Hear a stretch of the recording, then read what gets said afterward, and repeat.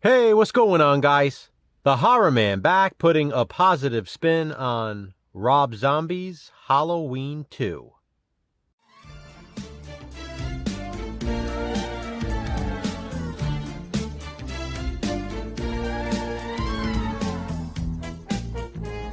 This is the final positive spin of October, and what better way to end our discussion of the most hated Halloween movies than with the one that is considered the most hated. Not only do many people consider Rob Zombie's Halloween 2 to be the worst in the franchise, some even say it's the worst horror film ever made. I hate when people say stuff like that, though.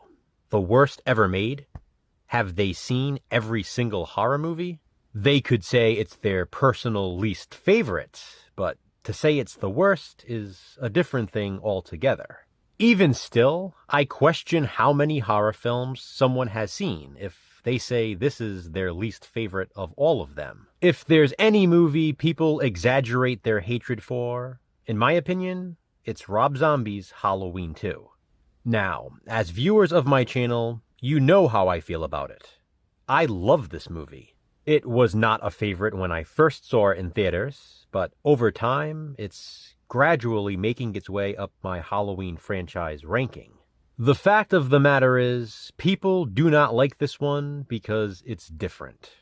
Being different, though, does not always have to be a bad thing.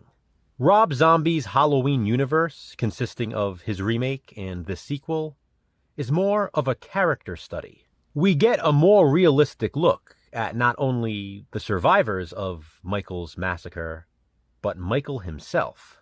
Rob Zombie's Halloween films are slasher films with more of a backstory. Halloween 2 in particular is a dive into the human psyche. It's important to note that Rob Zombie's Halloween 2 is not a remake of the original Halloween 2.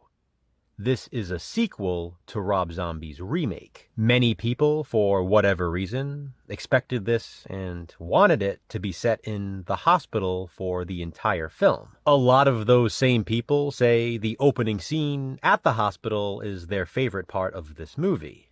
This isn't a remake, though, and it was never intended to be. Why would the whole thing take place in the hospital? We already got that anyway. If you want to see Michael Myers in a hospital setting, then watch the original Halloween 2. You know what makes me laugh? What truly makes me laugh? When people brag about how they walked out of the theater in the middle of watching this. I mean, who is it that you think you're harming by doing that? Didn't you already buy the ticket? Way to stick it to Rob Zombie. You showed him. It's just so ridiculous to me. Childish in a way.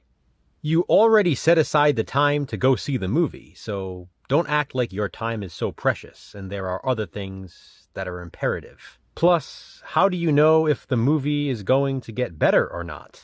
If you're not even willing to give the entire film a chance, then you probably shouldn't be saying anything at all about it. How can you have a legitimate opinion about something you never truly gave a chance? I can't imagine being that petty. This is not what I expected, so I'm walking out. And like I always say, these positive spins are not meant to change your mind. But you really hate the movie that much? Hey, in the end, it's your loss. You're missing out on something special if you had only given it a chance. Remember, I'm saying this as someone who wasn't a huge fan when I first saw it, but I was willing to give it another chance with an open mind. Now it's an entry I watch fairly frequently, and I love it more and more each time. I guess this is just one of those films where it's the cool thing to rag on it, like everyone else. Now please don't misconstrue what I'm trying to say here. If you don't like the movie, that's fine. My issue is with people who claim it's the worst movie ever made. Out of every movie you've ever seen, this is the worst made movie? Seriously? There's no way. I'm sorry, I refuse to believe it. It's a blatant, over-the-top exaggeration. No question. There's opinion, and then there's delusion. I much rather see a movie overhyped than overhated. Alright, I know Jason's positive spin video for this one is going to be long. In fact, he plans on having 2 separate videos just to fit everything he wants to say about it. Because of that, and because I've already discussed Rob Zombie's Halloween 2 at length in a Multipack Mania review, I'll get right into my positives. The movie is shot beautifully. Say what you will about Rob Zombie, but the guy is super talented. He's one of my personal favorite horror directors. The scenes of Laurie walking down the street in the opening of the film are mesmerizing. And then the quick flashes of the chaos as she and Annie are treated at the hospital. It's all so brilliantly done. Despite what anyone tries to argue, Michael Myers is at his most brutal in this one. First of all, Tyler Mane is the biggest and most intimidating Michael to date. But also, his kills are ultra-violent, and I love that he grunts as he stabs. You can not only see and feel his rage, but you can hear it too. I love when he kills the nurse in the hospital dream sequence. That whole dream sequence, by the way, is a huge positive, and like I said, I know it's not just a positive for me either. That seems to be one of the scenes that even those who hate this movie enjoy. I like the use of Nights in White Satin playing over that dream. I love the pouring rain. It adds atmosphere. And then I like that it is a dream. It pays homage to the original Halloween 2 without remaking it. The acting is truly fantastic in the sequel. A lot of people say they find Scout Taylor Compton annoying as Laurie, but she nails it in this. She's a teenage girl with PTSD who just went through the most horrific experience of her life. How do you expect her to act? She lost her parents, she lost most of her friends, and now she has a strained relationship with her best friend Annie, played by Danielle Harris.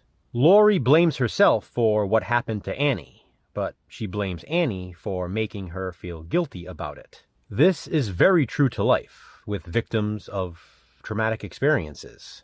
I love that Laurie now lives with Annie and Sheriff Brackett, played by the spectacular Brad Dourif in the role. But again, the key is the realism of it all. Even the conversations they have at the breakfast table are realistic. This realism spreads to the other characters as well. Dr. Loomis, played by Malcolm McDowell, is also a survivor of the first film. He's dealing with the trauma and his own guilt in his own way. Many people in real life are instinctively greedy, so he decides to take advantage of his misfortune by making a fortune. Although he tried, he wasn't able to help Michael. Then he was nearly killed by him. To deal with all of that, he is profiting by writing a book and going on tour. This is literally what would probably happen in real life. Loomis is funny in this sequel too, in a twisted way, but he's funny. He also has a fantastic redemption arc by the end of the film.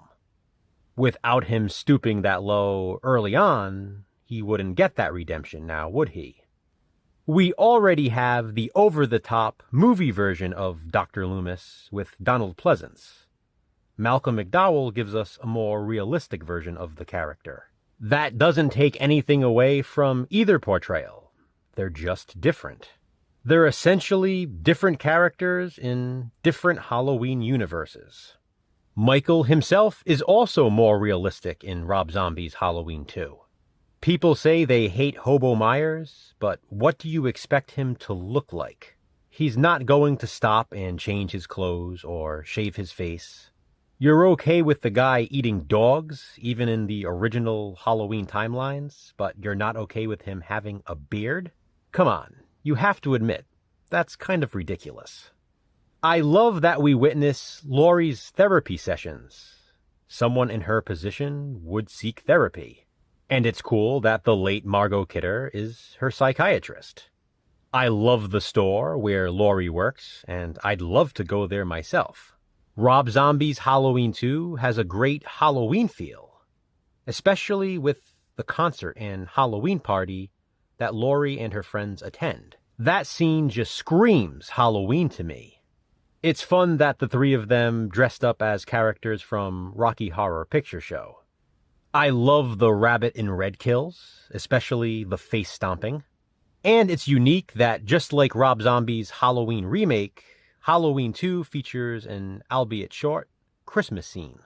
It's my two favorite holidays coming together. Okay, now, the white horse.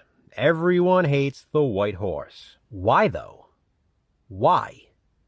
The white horse literally shows up twice. Once at the start of the film, and once at the end.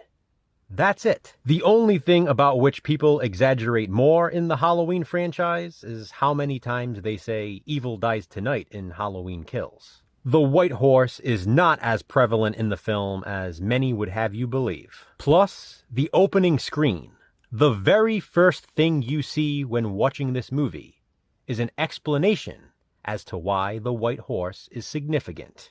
In a movie so focused on mental decline of the characters, it makes sense.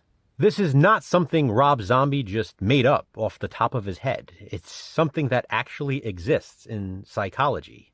This is another case of movie fans not being able to make up their minds. They hate when things are too fake, but they hate when things are too real. And honestly, Rob Zombie's Halloween 2 is probably the most realistic look at characters involved in this sort of situation. Then, of course, there are those who simply complain about Sheri Moon Zombie making an appearance. Get over it, guys. Rob likes casting his wife in his movies. Why should her playing in this impact your opinion of the movie as a whole, one way or another? It all goes back to the focus of this film on the human psyche. We get some gratuitous nudity, including full frontal, so that's a positive. Jeff Daniel Phillips has a dual role. That's cool. People hate that Michael talks in this unrated director's cut. He says one word. Prior to this, we see him talking as a kid throughout half of the first film, and even at the start of this one. It's a different universe. We might not see Michael Myers talk in the original Halloween timelines, but in Rob Zombie's, he does. That was already established in the first film. There's no reason to hate this one because of one word. Another big positive for the director's cut of Halloween 2 for me is the use of Love Hurts on the very last scene. I love that rendition of it. It also takes this one full circle back to Rob Zombie's Halloween remake. There is so much more I could say about Rob Zombie's Halloween 2, but as I already mentioned, I know Jason's video is going to be pretty long and might actually be in 2 parts. I'm sure he'll mention plenty of things that I haven't. I'll leave you with this controversial statement though, and I've said it before. I truly feel, years from now, maybe decades, people will look back at this film and see it as the masterpiece that it is. Laugh all you want.